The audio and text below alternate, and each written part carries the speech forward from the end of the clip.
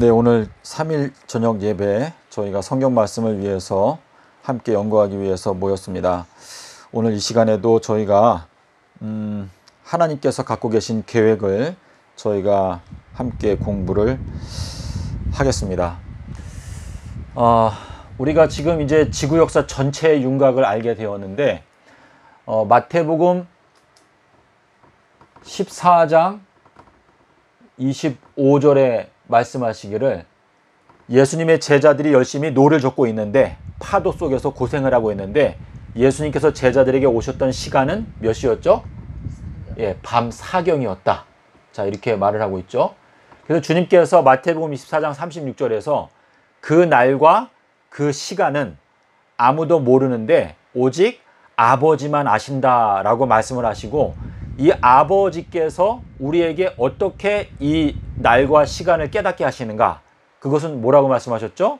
아버지께서 보내시는 성령 보혜사가 우리에게 오시게 되면 그가 너희들에게 모든 것들을 다 가르쳐 주시고 또 장래에 일어나게 되는 일들을 너희들에게 알려주실 것이다 라고 이렇게 말씀을 하셨는데, 그 성경에서 밤에 몇 경이 있다고 우리가 배웠죠? 1경부터 4경까지 있다 라고 이렇게 배웠죠. 근데 지금 예수님께서 4경에 오신다 라고 하는 것은 지구 역사 7030년 기간에서 어떻게 성취가 되는 것이죠? 지금 1000년, 아담과 하와가 범죄하고 나서 4000년의 세월이 흘러갔을 때 주님께는 1000년이 이 밤의 한 경점과 같다 라고 말씀하셨기 때문에 1000년, 2000년, 3000년, 4000년 네 번째 천년기에 주님께서 이 땅에 태어나셨죠. 그러니까 이게 어떻게 되는 거예요? 밤 사경이 되는 것이고, 그리고 이제 예수님께서 이 땅에서 공생애 하신 그 모든 기간은 다 어디에 속하는 거예요? 밤 사경에 속하는 것이죠. 그렇죠? 주님께서 오신 시간. 그리고 예수님께서 승천하시게 되면서 이 세상은 또다시 밤이 된 거예요. 왜 그럴까요? 예수님께서 뭐라고 말했죠? 내가 세상에 있는 동안에는 내가 무엇이다? 세상의 빛이다 라고 말씀하셨는데, 예수님께서 떠나가시니까 예수님께서 뭐라고 말했어요? 이제는 어둠의 때가 왔다. 십자가에서 달려 돌아가실 때쯤 되었을 때 이제는 어둠의 권세의 때가 왔다 라고 이렇게 말씀하셨는데, 예수님께서 승천하시고 나서 몇 년이 있는 거예요? 3000년의 세월이 있죠. 그래서 3000년이 1경, 2경, 3경이 지나고 그 다음에 예수님께서 오시는 때는 언제가 되는 거예요? 4경이 되는 것이죠. 그렇죠? 이 4경은 몇 년도를 가리키는 거예요? 서기 3030년을 가리킨다 라고 하는 뜻인데, 우리가 시편 90편 4절에 가니까 여기에 베드로후서 3장 8절이랑 똑같은 말씀이 여기에 들어있죠. 근데 베드로후서 3장 8절보다 여기에 있는 말씀이 더 확실한 건 뭐예요? 주께는 1000년이 지나간 어제와 같고 밤의 한 경점과 같다 라고 말씀하시고 있는데, 자, 우리 마태복음 25장에 가면은 10처녀의 비유가 나오죠. 5명은 지혜롭고 5명은 미련하다 라고 이렇게 말하고 있는데, 밤 몇 시에? 밤중에는 밤 몇 경이에요? 밤 2경에. 자, 2경에 무슨 일이 있었어요? 2경에? 밤 2경에 무슨 소리가 들렸어요? 보라.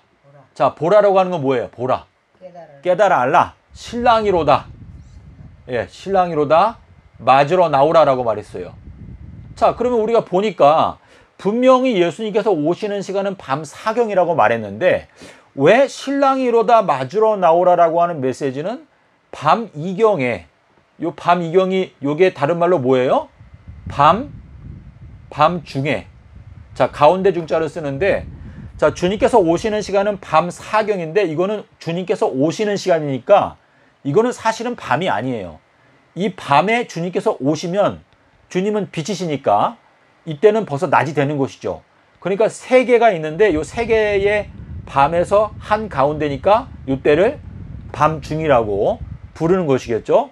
근데 밤중에 보라 신랑이로다 맞으러 나오라 라고 말씀하셨는데, 이 말씀의 뜻이 뭐예요? 예수님께서 요한복음 13장 20절에서 뭐라고 말씀하셨죠? 내가 보낸 자를 영접하는 것은 누구를 영접하는 것이다? 나를 영접하는 것이다 라고 말씀을 하셨어요. 그래서 지금 예수님께서 오시는 시점은 밤 사경에 오시는 것이기 때문에 3030년에 실제적으로 예수님께서 우리에게 완전하게 회복되시는 것은 요 3030년이 돼야 돼요.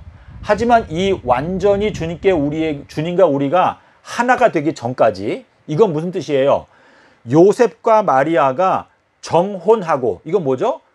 약속, 결혼하기로 약속을 하고 동거하기 전에 성령으로 잉태된 것이 나타났다라고 기록하고 있는데, 그것은 우리가 주님과 완전히 동거하기 전에 약속은 하는 거죠. 이게 뭐예요? 새 언약, 영원한 언약으로 약속을 하고, 그리고 동거하기 전에 성령으로 잉태가 되어야 되는데, 그 성령은 무슨 모양을 하고 있다고 말했죠?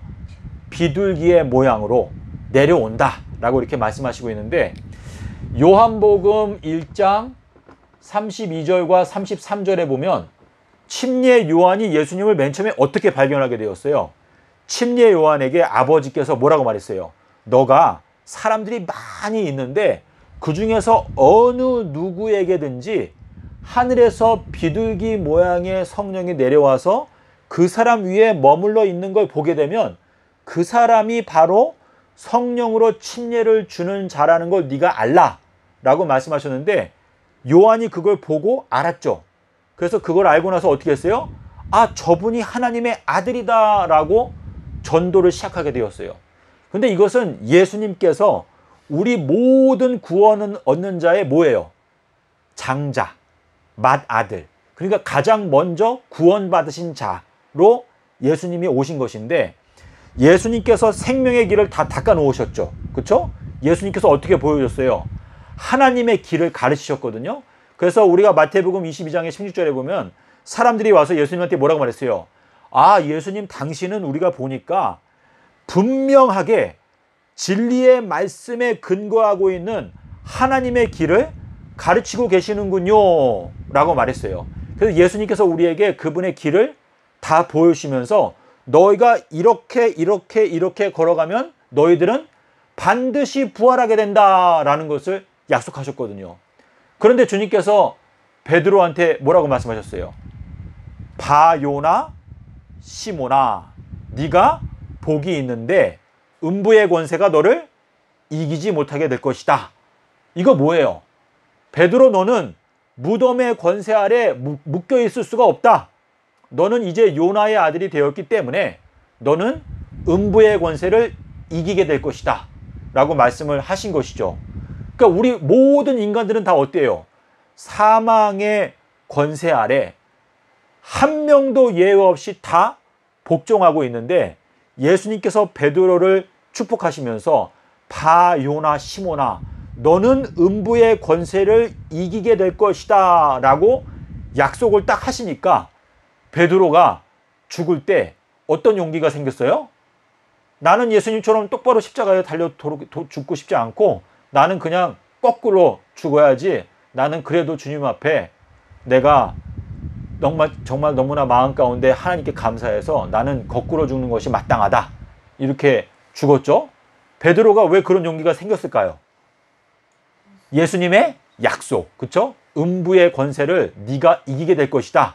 이렇게 말씀하셨는데, 자, 예수님께서 이 마지막 때에 우리에게 생명나무로 가는 길을 이제 열어주고 계시죠.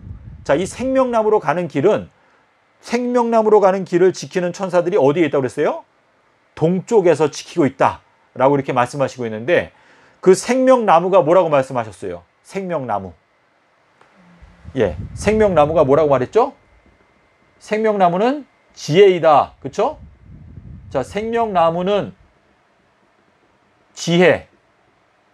자, 생명나무에 대한 이야기가 어디 나와요? 계시록 22장 2절에 가니까 어린 양의 보좌 밑에서 생명수의 강이 흘러나오니까 그 강 좌우에 무엇이 있다? 두 그루의 생명나무가 있다라고 말하고 있죠. 이건 뭘 뜻해요? 스가랴서에 보면 뭐가 나오죠? 좌우에 뭐가 있다고 그랬어요? 두 감람나무가 있다라고 이렇게 말씀하시고 있는데, 이 생명나무라고 하는 것은 지혜를 얻은 그 사람, 지혜를 깨달은 그 사람이 생명나무의 역할을 하는 거예요. 자, 그래서 지금 이 지구상에는 생명나무가 있어요, 없어요? 이 지구에? 없어요? 예수님께서 우리한테 생명나무를 보내셨잖아요. 그게 뭐예요? 요나의 표적을 깨달으면 너희가 생명나무의 열매를 사람들에게 나누어 줄 수 있다 라고 이렇게 말씀을 하신 것인데, 주님께서 뭐라고 말했죠? 나는 생명의 떡이다. 내가 너희들에게 이르는 말이 영이요 생명이다 라고 이렇게 말씀하시고 있는데, 우리가 이 예수님의 지혜의 말씀을 깨달은 사람이 되면 나 자신이 생명나무와 같은 존재가 되는 거예요. 그래서 계시록 22장에서도 생명나무가 강 좌우에 있다라고 하는 그 말씀하고, 스가랴서에 가면 뭐가 나오죠? 그 좌우에 두 감람나무가 있다라고 말하고 있고, 이 두 감람나무는 누구죠? 두 등경이다. 예, 이렇게 말씀을 하시고 있거든요. 그래서 이 생명나무를 우리가 이 세상에서 나누어 줘야 하는데, 주님께서 옛날에 뭐라고 말씀하셨어요? 성경이 나에 대하여 기록하고 있는데 너희들은 영생을 얻기 위하여 나에게 오기를 원치 아니한다 라고 이렇게 말씀하셨는데, 지금 주님께서 이 말세에 주시는 생명나무는 요나의 표적이에요. 그래서 이 요나의 표적은 비둘기 성령의 표인데, 이 요나의 표적이 바로 영생을 얻게 되는 생명나무다 라고 하는 의미인데, 지금 이경은 몇 년도부터 몇 년도까지일까요, 집사님? 이경. 예. 이경은 몇 년도부터 몇 년도까지죠? 요게 서기 1030년부터 2030년까지가 이경이죠? 그렇죠? 예. 1030년부터 2030년까지가 이경인데, 요 사이에 1844년도에 있었던 재림운동도 있었고, 지금 현재도 지금 요 이경에 우리가 살고 있죠. 그래서 지금 현재는 우리가 보라 신랑이로다 맞으러 나오라 라는 것을 외쳐야 되는 때에 우리가 살고 있다라고 하는 뜻인데, 요 이경은 예수님께서 직접 오시는 시간이라기보단 주님께서 먼저 보내시는 엘리야의 기별, 그러니까 보라 신랑이로다 맞으러 나오라 라고 하는 이 말씀을 우리가 이해하기 위해서는 요한복음 13장 20절에서 말씀하신 대로 내가 보낸 자를 믿는 것이 곧 나를 믿는 것이다. 빌립한테 뭐라고 말씀하셨어요?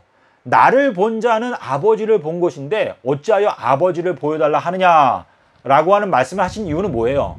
너희가 내가 보내는 그 사람을 영접하게 되면 너희들은 그 사람을 통해서 나의 뜻을 깨닫게 되고 나를 보게 되는 것이다 라고 말씀하신 것인데, 실로암 못에 가서 소경이 눈을 씻으라.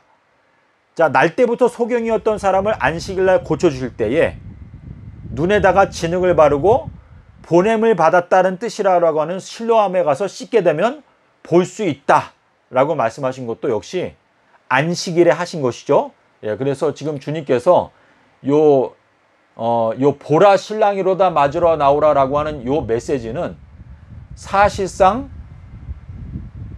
예수님께서 직접 오시는 것을 설명하는 것이 아니고, 주님께서 말씀하시는 나의 이 사자, 나의 사자가 전파하고 있는 그 기별을 너희가 받아들이고, 이제 신랑이 오고 있으니까 너희가 일어나서 준비해라 라고 말씀하셨는데, 여기 뭐라고 말했죠?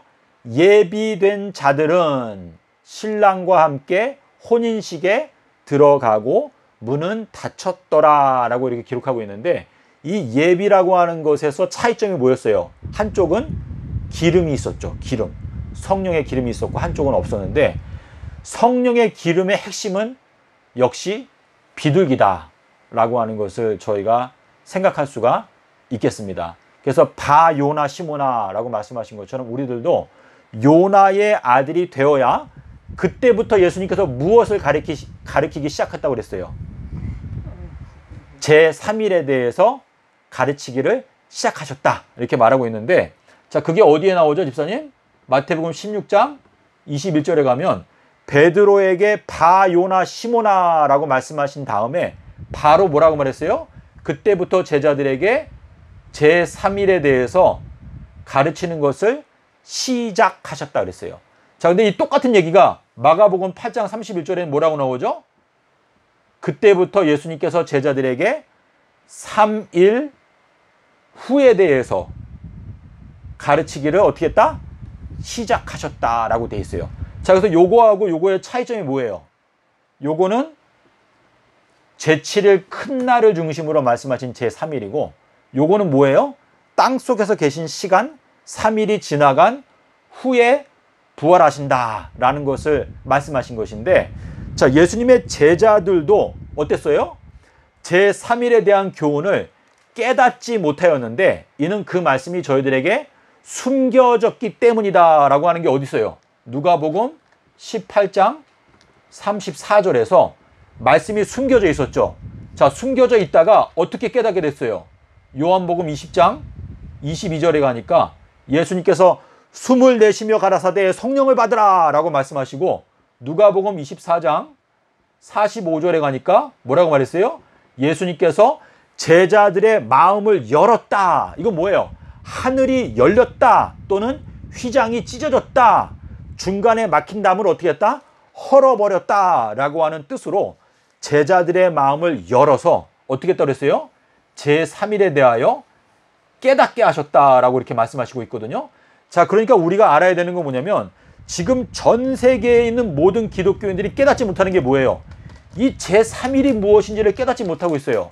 그냥 금, 토, 일 해가지고 제3일이다 라고 지금 주장을 하고 있는데, 이 제3일에 대한 이 말씀은 맨 처음에는 숨겨져 있다가 나중에는 열려지게 되는 말씀이다 라고 하는 뜻인데, 마태복음 13장 11절에서 뭐라고 말했죠?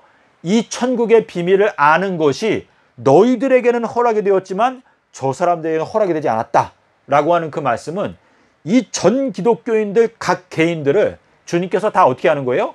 허락하는 사람은 깨닫고 허락하지 않는 사람은 깨닫지 못한다 라고 하는 의미인데, 주님께서 이 허락이라고 하는 단어를 언제 쓰셨냐면, 내가 너희들에게 허락하는 표적은 요나의 표적밖에 없다 라고 말씀하셨거든요. 그 침례 요한이 뭐라고 말했어요? 사람은 하나님께서 허락하시는 것 외에는 어떤 것도 받을 수 없다라고 말씀하셨는데, 주님께서 우리에게 딱 한 가지 허락하는 게 요나의 표적이다라는 건 뭐예요? 우리를 구원할 수 있는, 영생으로 인도할 수 있는 딱 한 가지 표적이 바로 요나의 표적이다라는 것을 말씀하시는 것이 되겠습니다. 예, 그래서 주님께서 자, 인자가 알지 못하는 시간에 오리라 라고 예수님께서 말씀하셨는데, 자, 인자가 알지 못하는 시간에 온다라고 하는 그 말씀을 하신 목적은, 예수님은 분명히 나는 사경에 온다라고 말씀하셨어요. 이건 뭐냐면, 내가 오는 거는 사경에 온다라고 공개를 하셨는데, 예수님께서 인자에 대해서 말씀하실 때는 인자가 오는 시간은 너희가 알지 못하는 시간에 온다라고 말씀하셨기 때문에, 이건 뭐예요? 인자는 예수님 자신을 말하는 게 아니에요. 예수님은 분명히 내가 오는 시간은 밤 사경이다 라고 말씀하셨으니까, 예수님은 벌써 그분 자신이 오시는 시간에 대해서는 공개를 해 놓으신 거예요. 그런데 인자가 알지 못하는 시간에 온다라고 하는 말씀하실 때, 누가복음 12장 36절부터 보게 되면 여기에 2경, 3경, 1경 이렇게 나오는데, 우리가 이 마지막 예언을 연구해 보니까 인자가 오는 시간은 언제예요? 1경에 와요. 1경. 그래서 1경에 왔다가 2경이 되니까 어떻게 돼요? 보초가 교대되는 시간에 항아리를 깨뜨려 가지고 미디안 군대들을 다 어떻게 하죠? 다 무찌르죠. 그래서 항아리를 깨뜨릴 때는 언제예요? 2경. 그렇죠? 2경에는 어때요? 지혜로운 처녀와 미련한 처녀가 이미 결정이 끝났어요. 이미 결정이 됐어요. 그래서 2경에 이제 큰 소리로 보라 신랑이로다 맞으러 나오라 라고 하는 소리가 외쳐지게 된다 라고 하는 의미가 되겠습니다. 자, 우리가 지금 이 마지막 때 지난 6,000년 동안 사실상 하나님의 계획이 임봉되어져 있었어요. 그래서 예수님께서 뭐라고 말했죠? 너희 전에 살았던 의인들과 여러 선지자들이 너희가 지금 보고 듣는 것을 듣고자 하고 보고자 했지만 그들은 그거를 알 수가 없었다. 하지만 너희들은 보고 듣기 때문에 복이 있다라고 이렇게 말씀하시고 있는데 그 이유는 뭐예요? 7번째 날이 될 때 주님께서 회복을 허락하시기 때문에 7번째 날에 이 진리의 열쇠들, 진리의 비밀들을 이제 다 열어주신다라고 하는 의미가 되는 것이죠. 자, 그래서 주님께서 마태복음 24장에 가면 45절하고 47절에 여기에 무슨 단어가 있죠? 맡긴다라고 하는 단어가 있어요. 맡긴다. 자, 이 맡긴다라고 하는 게 뭐예요, 집사님? 누구한테 맡기는 거죠? 맡긴다? 자, 우리 여기에 보면 뭐가 나오냐면 충성되고 또 뭐가 있어요? 충성되고 지혜로운 청지기라고 되어 있어요. 자, 여기 보면 충성 그리고 또 지혜로운 청지기라고 이렇게 말하고 있는데 이게 누구를 말하는 걸까요? 자, 요 지혜라고 하는 건 어디에 나오죠? 누가복음 1장 17절에 가면 뭐라고 나와요? 가브리엘 천사가 와서 엘리야의 사명을 설명할 때 엘리야가 어떤 일을 한다고 그랬어요? 많은 사람들을 의로운 지혜로 돌아오게 한다라고 말했어요. 자, 그럼 의로운 지혜가 뭘까요? 의로운 지혜. 의로운 지혜. 자, 우리가 어떻게 의롭게 될 수가 있죠, 집사님? 의롭게 될 수 있는 방법이 뭐예요? 야고보서 2장 23절에 가면 또 아브라함에게도 똑같이 말씀하셨는데 아브라함이 하나님을 뭐하니? 믿으니. 그 다음에 뭐라 그랬어요? 이것을 그의 의로 여기셨더라 라고 말했어요. 이건 뭐예요? 우리가 하나님을 믿게 되면 그의 그 믿음 때문에 너는 의롭다라고 말하는 건데 그게 무슨 뜻이에요? 예수님은 의로운 분이에요. 근데 그 의로우신 예수님께서 하신 그 말씀을 내가 믿게 되면 나도 의로우신 예수님을 믿기 때문에 나도 의롭게 되는 거예요. 그렇죠? 그래서 지금 여기에 보면은 여기 충성이라고 돼 있죠. 충성. 이 충성이라고 하는 단어가 헬라어로 보게 되면 믿음이에요. 믿음. 자, 충성된 종아, 착하고 충성된 종아. 그다음에 뭐라고 말했죠? 네가 작은 일에 충성하였으니. 그게 무슨 뜻이에요? 작은 일이 뭐예요? 작은 일. 지극히 작은 씨가 뭐죠? 겨자씨. 지극히 작은 자가 누구예요?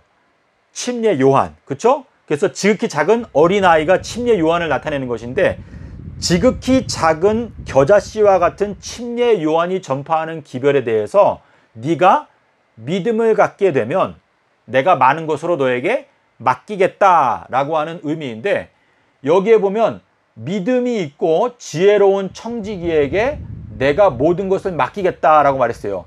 자, 그럼 여기에 믿음. 자, 이 믿음이 있는 청지기는 결국은 어떤 거예요? 의롭다라고 여김을 받는 청지기가 되는 거예요. 이해 가시죠? 예수님은 의로우신 분인데 너희들은 먼저 무엇을 구하라? 그의 나라와 그의 의를 구하라. 너희들의 의가 누구보다 크지 못하면 서기관들과 바리새인들보다 더 크지 못하면 하나님의 나라에 못 들어가는데 나는 솔로몬보다 더 큰 자다. 나는 요나보다 더 큰 자다. 이렇게 말씀하셨는데 지금 여기에 우리가 보통 많이 듣기는 듣지만 충성되고 지혜로운 청지기 요 단어가 가리키는 게 바로 엘리야를 의미한다. 자, 그래서 요 지혜라고 하는 것은 요 지혜가 나오고 의로운 지혜. 근데 의로운 지혜는 뭐냐면 예수님을 믿는 자. 충성이라고 하는 요 단어가 믿음이기 때문에 믿음이 있는 자는 의롭게 된다라고 하는 뜻이기 때문에 충성되고 믿음이 있고 지혜로운 청지기는 바로 의로운 지혜를 깨닫게 되는 엘리야를 의미한다 라고 하는 해석이 되겠습니다. 예. 자, 그래서 여기 맡긴다. 집사님, 맡긴다가 뭐예요? 맡긴다는 헬라어로 카티스 테미죠. 그쵸? 자, 카티스테미가 요게 맡긴다라는 단어예요. 맡긴다. 자, 이게 맡긴다라고 하는 단어인데 맡긴다. 자, 그런데 요 앞에다가 우리가 접두어를 아포라고 하는 접두어를 붙이게 되면은 요게 무슨 뜻이 돼요? 요게 무슨 뜻이 된다고 그랬죠? 요게 회복하다 라고 하는 단어가 되는데, 요 아포라고 하는 것은 뭐뭇으로 부터 라고 하는 의미가 되겠습니다. 자, 그래서 주님께서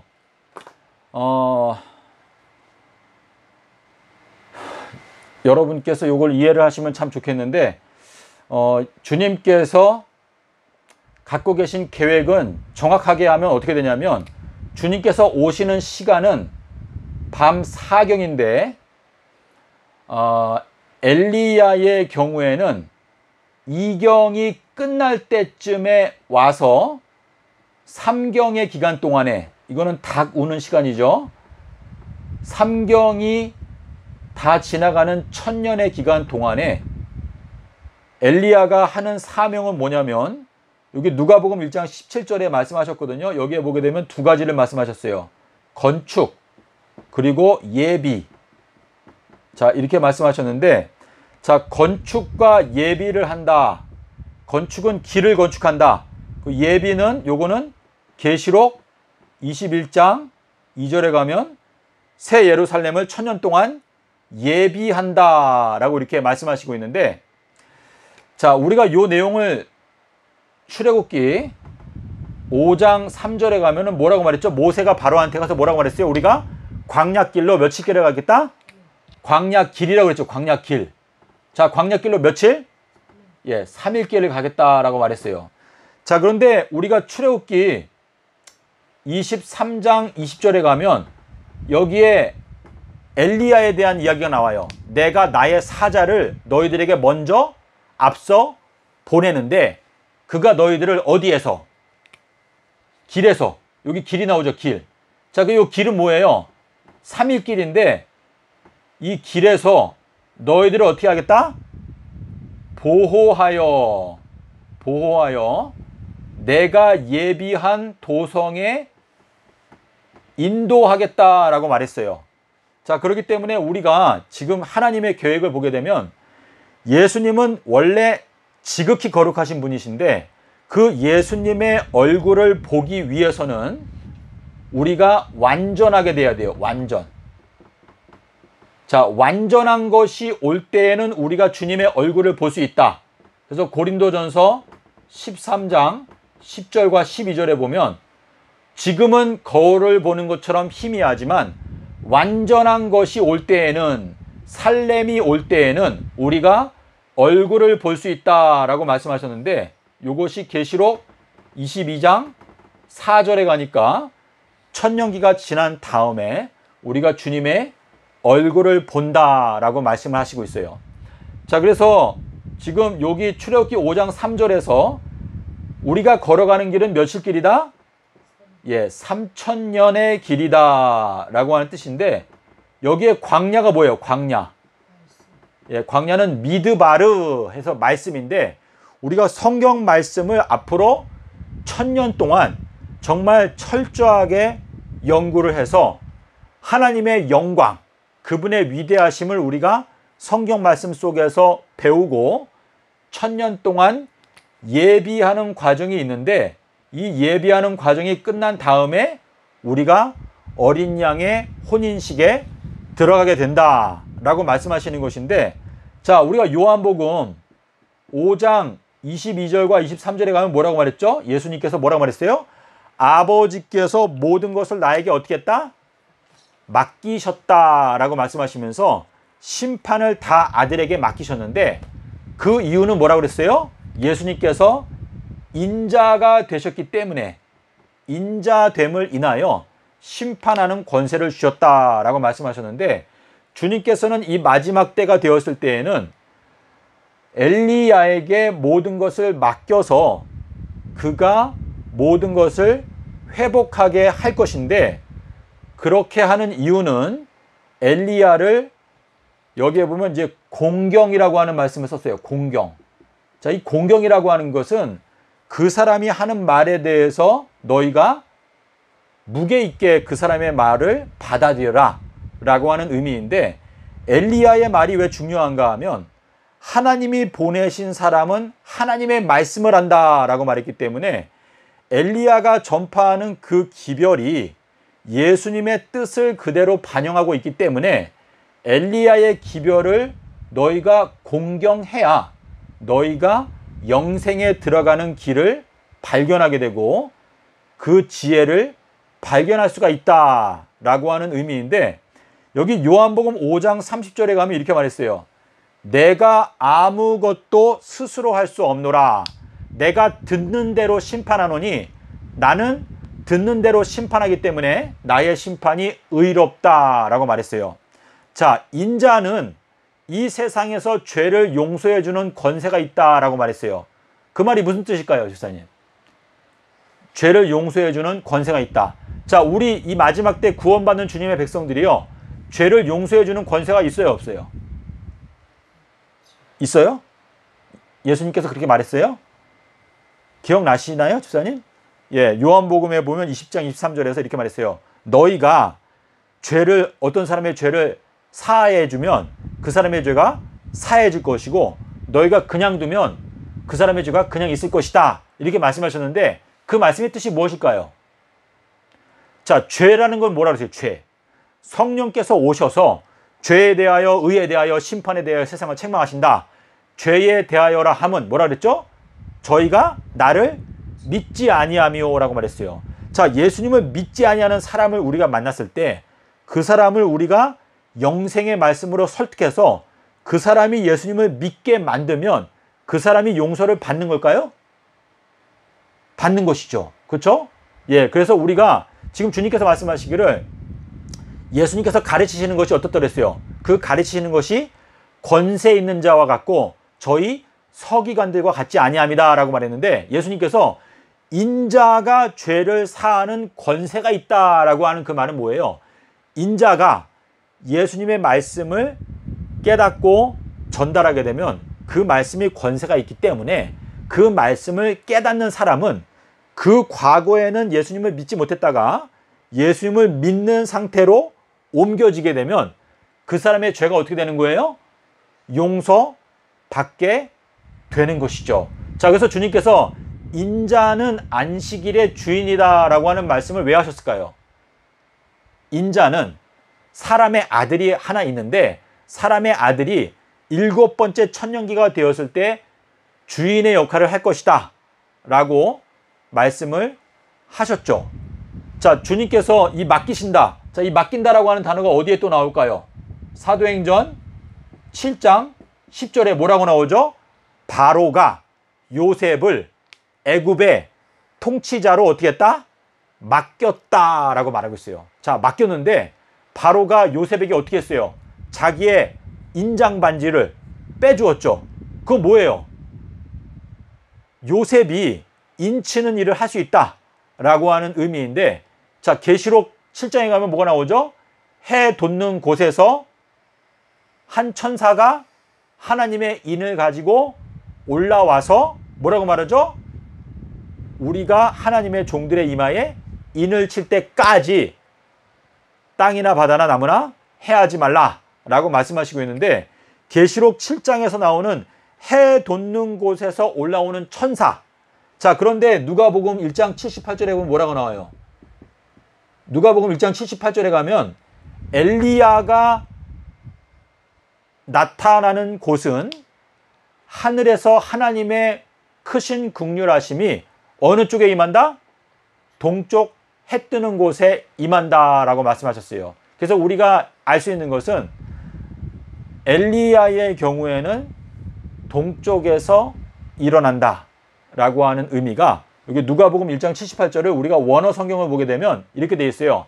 하나님의 크신 긍휼하심이 높은 곳 하늘에서부터 동쪽으로 방문하셨다라고 기록하고 있어요. 자, 그래서 우리가 그 내용을 알 수가 있고, 어느 정도 제가 말씀을 드린 것 같은데, 오늘 말씀 우리가 공부한 거 다 이해가 되시죠? 예.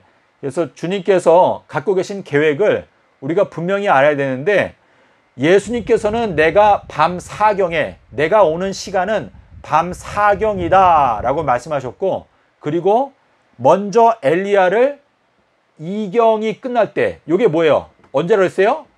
밤중에 라고 돼 있죠. 그러니까 주님께서 지금 어떤 시간을 딱 특정해서 말씀하신 것은 딱 두 가지예요. 밤 사경하고 밤 이경인데, 밤중에 소리가 나되 보라 신랑이로다 맞으러 나오라 라고 말씀하셨기 때문에 지금 이 지혜로운 처녀, 미련한 처녀가 갈라지게 되는 때는 언제라는 거예요?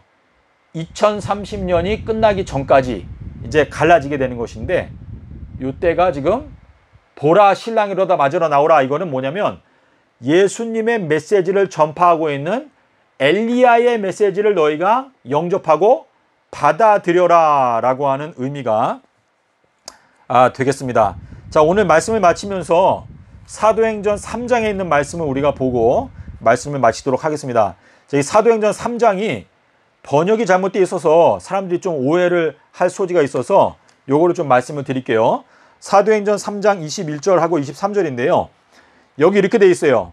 하나님께서 영원 전부터 거룩한 선지자의 입을 의탁하여 말씀하신 바, 3장 21절. 거기 뭐라고 나오죠? 만유라고 되어 있죠. 만유. 만유라고 하는 걸 좀 번역을 왜 그렇게 했는지 모르겠는데 그냥 모든 것이라고 하면 돼요. 모든 것. 모든 것을 어떻게 한다? 회복. 할 때 21절. 예. 자, 우리 3장 21절에 보면 3장 21절에 이렇게 돼 있어요. 하나님께서 영원 전부터 거룩한 선지자의 입을 의탁하여 말씀하신 바 만유를 회복하실 때까지 하늘은 반드시 그를 영접해야 한다라고 말했어요. 제가 지금 말씀드린 거는 제가 이제 원어 성경을 보고 직역한 건데요. 자, 지금 여기 회복이라고 되어 있죠. 회복.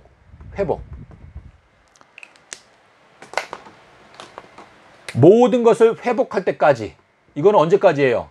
서기 3030년까지라고 하는 뜻인데, 서기 3030년이 다 끝날 때까지 하늘이라고 하는 것은 주님의 자녀들은 반드시 누구를 영접해야 된다? 예수님을 온전히 마음 가운데 영접해야 된다 라고 하는 의미인데, 지금 요 회복하는 기간이 1000년 동안이거든요. 근데 그 1000년 동안에 예수님의 친구가 있어요. 그거는 이제 엘리야를 의미하는 것인데, 신랑의 음성을 듣는 친구가 신부들을 이제 다 준비시키는 과정이 회복하는 과정인데, 그 1000년의 기간 동안에 이 신부들은 예수님에 대해서 배우고 예수님을 온전히 마음 가운데 영접하는 것이 바로 준비하는 기간이다 라고 하는 의미가 되겠습니다.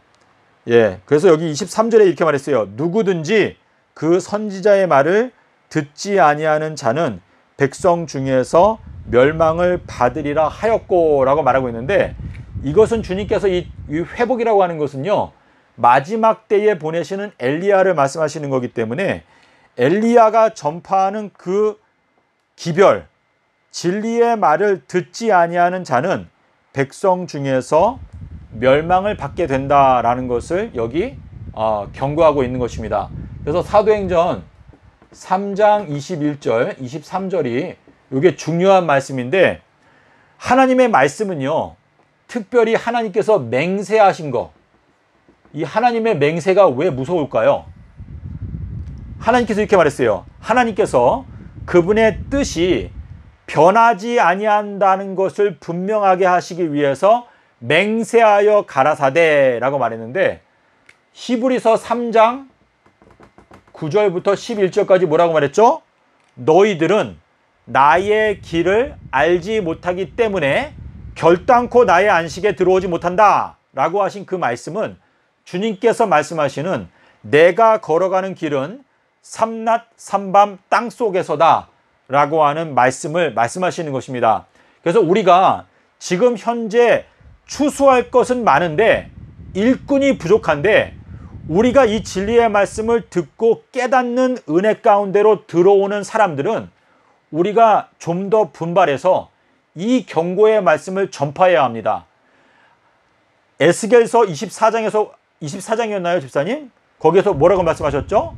너가 혹시 이 경고의 기별을 전파하지 못해서 그 기별을 듣지 못하고 죽는 사람이 있으면 그 사람의 핏값을 내가 너에게서 찾겠다라고 말씀하셨기 때문에 주님께서 이렇게 말씀하셨어요. 나와 함께 하지 아니하는 자는 나를 반대하는 자요, 나와 함께 모으지 아니하는 자는 흩어버리는 자다라고 하는 말씀하셨는데, 이것은 이 마지막 시대에는 엘리야와 함께 하지 아니하는 자는 엘리야를 반대하는 자요, 엘리야와 함께 모으지 아니하는 자는 엘리야의 원수가 된다라고 하는 의미인데, 엘리야의 기별을 영접하는 것이 곧 예수님을 영접하는 것이다 라고 요한복음 13장 20절에서 말씀을 하셨습니다. 그래서 주님께서 이 땅에 계실 때는 나를 영접하는 자는 아버지를 영접하는 것이다 라고 말씀하셨죠. 그래서 이 마지막 때에도 주님께서 어린아이 또는 지극히 작은 자를 보내셔서 겨자씨와 같은 믿음을 주시고 그 겨자씨와 같은 기별을 통해서 이 온 세상을 심판하신다라고 하는 의미가 되기 때문에 주님께서 이 마지막 때 요나의 표적을 통해서 이 온 세상을 심판하신다라는 것이 이 마지막 때에 명백하게 전파되어야 하는 마지막 심판의 기별이 되겠습니다. 주님께서 너희가 전도하러 갈 때 지팡이 하나만 가져가라 라고 말씀하셨는데, 그 지팡이가 바로 고든 지팡이, 히브리서 1장 8절에 나오는 고든 지팡이, 그 요한복음 1장 23절에 나오는 고든 길. 자, 그리고 계시록 11장에 가면 뭐가 나오죠? 1절하고 2절에 지팡이와 같은 뭐죠? 지팡이 같은 갈대. 자, 근데 이 갈대가 뭐예요? 금갈대. 금갈대가 어디 나오죠? 계시록 21장 16절인가요? 17절에 나오죠? 자, 이 금갈대는 뭐예요? 사람의 청량, 천사의 청량이다 라고 말했는데, 자, 천사가 다른 말로 뭐예요? 사자죠, 사자. 그러니까 뭐예요, 이거는? 엘리야가 하나님의 사자인데, 그 사자가 성벽을 청량하는 금갈대가 있는데, 이 갈대는 바람에 어땠어요? 흔들렸죠? 바람에 떨리던 갈대였는데, 그 엘리야가 전파하는 기별로 이 세상 전체를 심판하신다라고 하는 의미가 여기에 들어있는데, 누가복음 2장 34절과 35절에 뭐라고 말했어요? 하나님께서 표적을 주시는 목적은 뭐라고 그랬죠? 알곡과 가라지를 하나님의 지혜로 완벽하게 갈라내기 위해서 표적을 주시는 것인데, 초림 때의 표적은 뭐였어요? 구유에 누워있는 아기를 찾아라. 그것이 표적이었는데, 이 마지막 때 이 세대에게 주시는 표적은 뭐라고요? 요나의 표적밖에 없다. 그거는 요나의 표적을 너희가 깨닫고 알아야 재림하시는 예수님을 너희가 발견하고 영접할 수가 있다 라고 하는 의미인데, 지금 저희들의 영원한 문제가 눈앞에 와 있습니다. 그래서 여러분께서 예수님을 믿고 예수님과 함께 잃어버린 양떼들을 예수님께로 인도하기 원한다면, 예수님께서 명령하신 대로 너희가 지팡이 하나만 가지고 가라. 다시 말해서 요나의 표적을 깨닫고 그 기별을 너희가 증거하게 되면 알곡과 가라지가 명확하게 나누어지기 때문에 알곡들만이 너희들에게 나오게 될 것이다 라고 말씀을 하시는 것입니다. 네, 오늘은 여기까지 하고 성경 공부를 마치도록 하겠습니다. 감사합니다.